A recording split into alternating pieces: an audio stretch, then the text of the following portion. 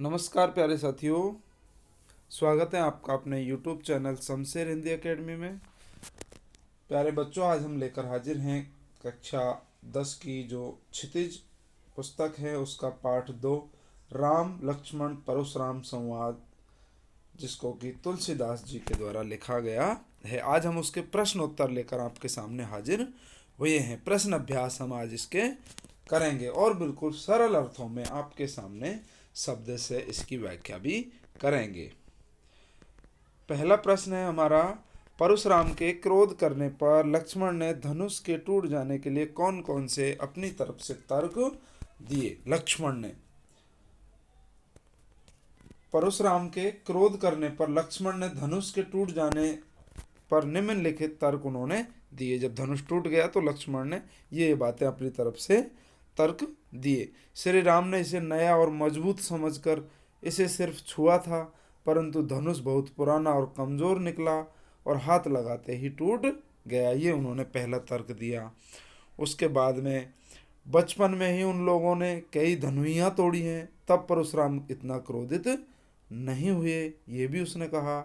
हमें ये धनुष साधारण धनुष लगा, इस धनुष के टूटने पर उन्हें कोई लाभ हानि नहीं दिखती, किसी प्रकार का कोई नुकसान नहीं दिखता। इस तरीके के तर्क लक्ष्मण जी ने परशुराम को दिए कि हमने तो इसे नया समझा लेकिन ये तो पुराना निकला। ऐसी हमने बचपन में बहुत सारी धनुइयाँ तोड़ी हैं, तब कोई गुस्सा नहीं हुआ।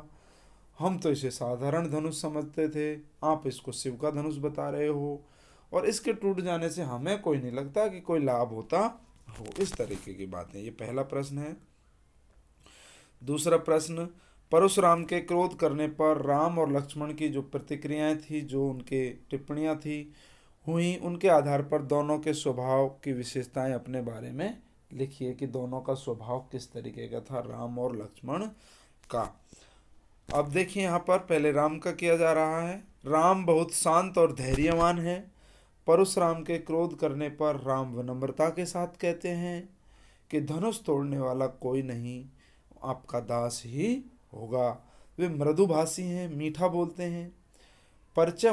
मृदुभाषी होने का परिचय देते हुए अपनी मधुर वाणी से परशुराम के क्रोध को शांत करने का प्रयास वे करते हैं। अंत में आंखों से संकेत कर लक्ष्मण को भी शांत रहने के लिए भी कहते हैं। और इस तरीके के पाठ में आपको बहुत सारे उनके लक्षण, उनकी विशेषताएं दिखाई देंगे, उनको भी आप लिख सकते हैं। दूसरी ओर लक्ष्मण का स्वभाव उग्र है। वे व्यंग करते हुए परशुराम को इतनी छोटी सी बात पर हंगामा नहीं करने के लिए कहते हैं। वे परशुराम के क्रोध की चिंता किए बिना अपशब्दों का प्रयोग न करने को कहते हैं और वह उनके क्रोध को अन्याय समझते हैं, इसलिए उसका प्रजोर विरोध भी करते हैं। इस तरीके से ये इनकी विशेषताएं थी। प्रश्न 3 है, लक्ष्मण और परशुराम के संवाद का जो अंश, संवाद क्या होता है? डायलॉग होता है, आपस में बातचीत करना, ये संवाद कहलाता है। जो अंश आपको सबसे अच्छा लगा हो उसे आप अपने शब्दों में लिख सकते हैं। यहाँ जो लिखा है उसके अलावा भी जो आपको लगा हो उसको आप अपने शब्दों में, अपनी संवाद शैली में, बातचीत की शैली में लिख सकते हैं। परशुराम, शिव जी का धनुष तोड़ने का दुस्साहस किसने किया? राम। हे नाथ, इस शिव जी के धनुष को तोड़ने वाला अवश्य ही आपका कोई एक दास होगा। परशुराम, सेवक वह होता है जो सेवा का कार्य करे, किंतु सेवक शत्रु के समान व्यवहार करे तो उसे लड़ना पड़ेगा, उससे लड़ना पड़ेगा। जिसने भी यह धनुष तोड़ा है वह मेरे लिए दुश्मन के समान है और तुरंत सभा से बाहर चला जाए, अन्यथा यहाँ उपस्थित सभी राजा मारे जाएंगे। इस तरीके की वार्तालाप उनमें होती है। चौथा प्रश्न है, परशुराम ने अपने विषय में सभा में क्या क्या कहा? निम्न पद्यांश के आधार पर बताइए। बाल ब्रह्मचारी अति कोही, विश्व विदित क्षत्रिय कुलद्रोही, भुजबल भूमि भूप बिन कीने, विपुल बार महिदेवन दीने, सहस बाहु भुज छेद निहारा, परसु विलोक महीप कुमारा, मातु पितई जन सोच बस, करस महिष किशोर, गर्भन के अर्भक दलन और परस मोर अति घोर। परशुराम जी उनसे कहता है कि मैं बाल ब्रह्मचारी हूँ, मुझे दुनिया बाल ब्रह्मचारी के नाम से, और ये जो विश्व है इसमें मैं क्षत्रिय कुल का नाश करने वाला समझा जाता हूँ, माना जाता हूँ। मैंने कई बार इसको अपनी भुजाओं के बल पर भुजबल भूमि भूप बिनु कीन, भूप यानी राजाओं के बिना मैंने इस भूमि को कई बार कर दिया, मैंने राजाओं को नाश कर दिया। विपुल बार महिदेवन दीनी, और मैंने बहुत बार इसको ब्राह्मणों को दान कर दिया है। सहस बाहु बुझ छेद नियारा, और सहस बाहु को भी मैंने इस तरीके से नाश कर दिया, उसमें छेद कर दिए। परस विलोक महीप कुमारा, और परसे को विलोप करके वो ब्राह्मण पुत्र देखते। मात पिता जन सोच बस करे से महेश किशोर, वो कह रहे हैं कि मैं माता पिता को परेशानी में न डालते हुए सोच करके आपको मैं राजाओं के पुत्र मैं इसलिए आपको छोड़ रहा हूँ। गर्भन के अर्भक दलन परस मोर अति घोर, और ये जो मेरा परसा है, ये मेरा जो परस है, ये जो मेरा हथियार है, ये गर्भक के अर्भक यानी कि पेट में पलने वाले छोटे से बच्चे को भी मारने वाला है। ये अति घोर है, ये बहुत ही भयंकर रूप धारण कर लेता है। इस तरीके से मैं और उत्तर आपको बता देता हूँ। परशुराम ने अपने विषय में ये कहा कि वे बाल ब्रह्मचारी हैं, अति क्रोधी स्वभाव के हैं, सारा संसार उन्हें क्षत्रिय कुल के नाशक के रूप में जानता है। उन्होंने कई बार भुजाओं की ताकत से इस धरती को क्षत्रिय राजाओं से मुक्त कराया है और ब्राह्मणों को दान में दिया है। लक्ष्मण वे अपना परसा दिखाकर कहते हैं कि इस परसे से उन्होंने सहस्त्र बाहों को काट डाला है, इसलिए वे अपने माता पिता को चिंतित ना करें। उनका फरसा गर्भ में पल रहे शिशुओं का भी नाश कर देता है, उनकी भी कोई सोच विचार नहीं करता। इस तरीके से उनका स्वभाव उन्होंने खुद बताया है। पांचवा प्रश्न है, लक्ष्मण ने वीर योद्धा की क्या क्या विशेषताएं बताई हैं। लक्ष्मण ने वीर योद्धा की विशेषता, बहुत इंपॉर्टेंट प्रश्न है, विशेषता बताई। वीर योद्धा स्वयं अपनी वीरता का बखान कभी नहीं करता, अपितु दूसरे लोग उसकी वीरता का बखान करते रहते हैं। वे युद्ध भूमि में अपनी वीरता का परिचय साहसपूर्वक देते हैं। वीर योद्धा शांत, विनम्र, क्षमाशील, धैर्यवान और बुद्धिमान होते हैं। इस तरीके के लक्षण उनमें होते हैं। वे खुद पर अभिमान नहीं करते, वे दूसरों का आदर सम्मान भी करते हैं। ये वीर योद्धा के लक्षण बताए हैं लक्ष्मण ने। छठवां प्रश्न है, साहस और शक्ति के साथ विनम्रता हो तो बेहतर है। साहस हो, ताकत हो और विनम्रता हो तो वो और भी अच्छी बात हो जाती है। इस कथन पर अपने विचार लिखिए। साहस और शक्ति द्वारा हम अनेक काम पूरा कर सकते हैं, हालांकि इसमें अगर विनम्रता भी जुड़ जाए तो बेहद कारगर साबित होता है। विनम्रता हमें संयमित बनाती है, जिससे व्यक्ति को आंतरिक खुशी मिलती है। विनम्रता के भाव से विपक्षी भी उस व्यक्ति का आदर करते हैं। यह व्यक्ति कार्य को और सुगम बनाती है, व्यक्ति के कार्य को और सुगम बनाती है। सातवां प्रश्न है, भाव स्पष्ट करना है, हमें इनकी अर्थ लिखना है, इनका मतलब स्पष्ट करना है।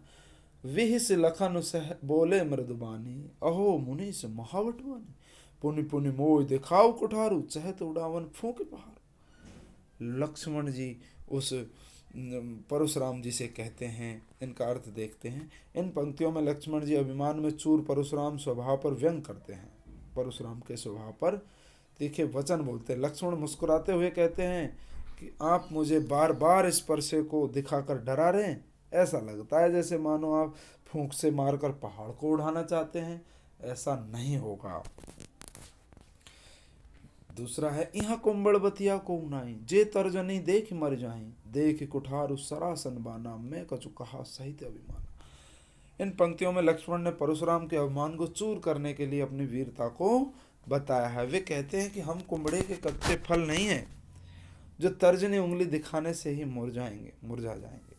यानी वे कमजोर नहीं है जो धमकी से भयभीत हो जाएंगे। वह ये बात अपने उनके फरसे को देखकर बोल रहे हैं, उन्हें स्वयं पर भरोसा है। इस तरीके की बात लक्ष्मण करते हैं। अगला है, गादिसु नो न कहे हृदय हसी, मुनहि हरि हरे सूझ, अबे अय में खांड ने ऊख में, अजऊ ने बूझ अबूझ। अब यहाँ पर विश्वामित्र जी की बात आती है, राम लक्ष्मण और परशुराम की नहीं, विश्वामित्र जी की। इन पंक्तियों में विश्वामित्र जी मन ही मन मुस्कुराते हुए कह रहे हैं, परशुराम ने सामान्य क्षत्रियों को युद्ध में हराया है, तो इन्हें भी हरा ही नजर आ रहा है, इन्हें भी हरा देंगे। राम लक्ष्मण साधारण क्षत्रिय नहीं है, परशुराम इन्हें गन्ने की बनी तलवार के समान कमजोर समझ रहे हैं, पर असल में ये तो लोहे की बनी तलवार है। परशुराम के अहंकार और क्रोध ने उनकी बुद्धि को अपने वश में कर लिया है। इस तरीके की बात विश्वामित्र जी कह रहे हैं कि ये जो दोनों लड़के हैं ये बहुत ही ताकतवर है, ये कोई सामान्य पुरुष नहीं है। 8वां प्रश्न देखते हैं। पाठ के आधार पर तुलसी के भाषा सौंदर्य पर 10 पंक्तियां हमें लिखनी हैं। ये प्रश्न थोड़ा सा एक अगले लेवल का है। 11वीं और 12वीं में हमको ये भाषा सौंदर्य वाली बातें लिखने को और उत्तर प्रश्न होंगे, लेकिन फिर भी हम सीख लेते हैं कि तुलसी का भाषा सौंदर्य कैसा था, तुलसी ने कौन सी भाषा इस्तेमाल की, किस तरीके के छंद अलंकार इस्तेमाल किए। यह काव्यांश तुलसीदास द्वारा लिखित रामचरितमानस के बाल कांड से ली गई है, जो अवधी भाषा में लिखी गई है। इसमें तत्सम शब्दों का भरपूर प्रयोग किया है। इसमें दोहा, छंद, चौपाई आदि का प्रयोग भी किया है। भाषा में लय है, गीतात्मकता है। प्रचलित मुहावरे और लोकोक्तियों ने काव्य को सजीव बना दिया है। वीर और रौद्र रस का प्रयोग मुख्य रूप से इसमें किया गया है। कहीं न कहीं शांत रस का भी उपयोग हुआ है। अनुप्रास, उपमा, रूपक, उत्प्रेक्षा, पुनरुक्ति, प्रकाश अलंकार का भी सुयोजित ढंग से प्रयोग यहाँ हुआ है। व्यंग्यों का भी अनूठा प्रयोग हुआ है। ये भाषा के बारे में है कि किस तरीके की भाषा हमारे लिए यहाँ इसमें लिखी गई है। 9वां प्रश्न है, इस पूरे प्रसंग में व्यंग्य का अनूठा सौंदर्य है, उदाहरण के साथ स्पष्ट कीजिए। व्यंग्य वाले पाठों की, व्यंग्य वाली बातों की मैं आपको बता देता हूँ कि हम एक बार प्रेमचंद के फटे जूते पाठ पढ़ते हैं, उसमें भी व्यंग्य ही है। हरिशंकर परसाई जी का लिखा हुआ वो पाठ व्यंग्य ही है। उसी प्रकार यहाँ भी ये परशुराम से व्यंग्य बात ही हो रही है। बहुई, उदाहरण के लिए देखते हैं हम। बहु धनुई तोड़ी लड़काई, कबहू ने हंस ऋषि कन्हई गुसाई। हमने बचपन में बहुत सारी धनुइयाँ तोड़ी हैं, लेकिन कभी किसी ने कोई गुसाई हम पे गुस्सा किया ही नहीं। लक्ष्मण परशुराम से कहते हैं कि हमने बचपन में भी इस जैसी कई धनुइयाँ तोड़ी, तक आज तक हम पे कोई क्रोधित नहीं हुआ। मातु पिता ही जनी है सोच बस, करिस महिष किशोर, गर्भन के अर्भक दलन परुष मोह रहती। परशुराम जी क्रोधित होकर लक्ष्मण से कहते हैं कि अरे राजा के बालक, तू अपने माता पिता के बारे में सोच। यह जो मेरा परसा बहुत भयानक है ना, ये गर्भ के में पल रहे बच्चे को भी नाश कर देता है, उसकी भी ये नहीं सोचता। अपने मुंह तुम आपन करनी, बार भांति बहु बरनी। लक्ष्मण जी की बात परशुराम द्वारा की जा रही खुद की बढ़ाई को लक्ष्मण ने अपने मुंह मियाँ मिट्ठू बनना कहते हैं, कि अपने मुंह अपनी बढ़ाई कर रहे हैं। मिले न कबहू सुभट रन गाड़े, द्विज देवता घर ही के बाड़े। लक्ष्मण जी कह रहे हैं कि आपको कोई अच्छा योद्धा नहीं मिला, द्विज देवता, नहीं तो आपको घर में ही सामना करने को मिल जाता। आप घर के ही राजा बन रहे हो, आपका सामना कभी योद्धाओं से नहीं हुआ, इसलिए आप घर के शेर हो, घर ही के बाड़े, द्विज देवता। 10वां प्रश्न है, देखिए। निम्नलिखित पंक्तियों में प्रयुक्त अलंकार पहचान कर हमें लिखना है। अलंकार हमारी कक्षा में 10वीं की कक्षा में 3-4 नंबर के आएंगे, आपको अच्छे से इनको पढ़ लेना है। बालक को बोध बधो नहीं तोई, अनुप्रास अलंकार है इसमें। बै शब्द का कई बार एक क्रम से प्रयोग हुआ है। बालक बोल बधो में बै वर्ण की 1 से अधिक बार आवृत्ति हुई है। कोटिकुलस सम वचन तुम्हारा, अनुप्रास अलंकार है। कोटिकुलस में कै वर्ण की 1 से अधिक बार आवृत्ति हुई है। उपमा अलंकार, कोटिकुलस सम वचन में उपमा अलंकार आया है। उपमा अलंकार भी इसमें है, क्योंकि परशुराम जी के वचनों की तुलना वज्र से की गई है और वाचक सम का प्रयोग भी किया है। सम, समानता दिखाई गई है। उपमा तो एक बार एक ही लाइन में कई अलंकार भी आ जाते हैं। तुम तो काल हाँक जन लावा, बार बार मोही लागी बुलावा। उत्प्रेक्ष अलंकार, काल हाँक जनु, जनु शब्द उत्प्रेक्ष अलंकार का चिन्ह है कि जब ये जनु शब्द आता है तो वहाँ पर उत्प्रेक्ष अलंकार होता है। जनु शब्द। पुनरुक्ति प्रकाश, बार बार में पुनरुक्ति प्रकाश अलंकार, क्योंकि बार शब्द की 2 बार आवृत्ति हुई है, लेकिन अर्थ भिन्नता यहाँ पर नहीं है। इस तरीके से जब हम अलंकार के टॉपिक पढ़ेंगे तब आपको अलंकार का विश्लेषण करेंगे।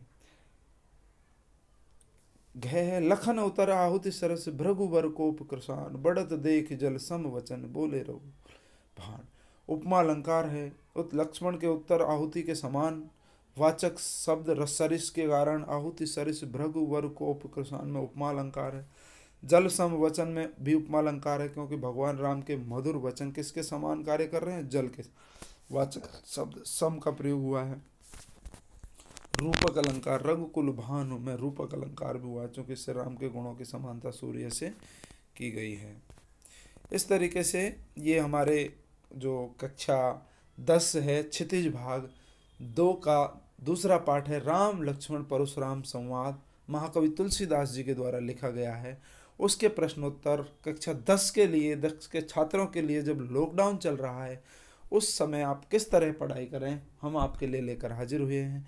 उम्मीद करते हैं कि आपको हमारे वीडियो और भी पसंद आ रहे होंगे। हमारे वीडियो को शेयर करें, लाइक करें, सब्सक्राइब चैनल को ज़रूर करें और कमेंट्स करना ना भूलें। और जल्द ही हम जो आपको प्रश्नों के उत्तर चाहिए जिस पार्ट के, उनको कमेंट्स में लिख सकते हैं, हम आपके लिए वो तैयार करके अगले वीडियो में डाल देंगे। और आप घर पे रहें, सुखी रहेंगे, सुरक्षित रहेंगे। और हमारे चैनल को सब्सक्राइब करना और शेयर करना ना भूलें। अब दूर दूर तक पहुंचाओ, शेयर ज़रूर करें। जय हिंद, जय भारत।